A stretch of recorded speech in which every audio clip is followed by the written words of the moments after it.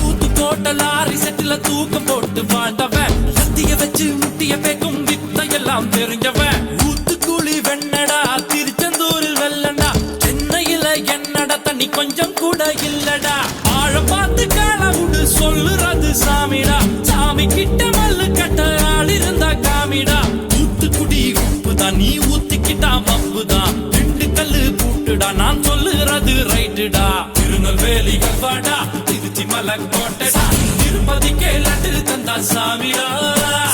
வீட்டு கட்ட அல்வாடா இட்லி கட்ட ஆயாடா உருட்டு கட்ட சத்தம் கெட்ட சாமிடா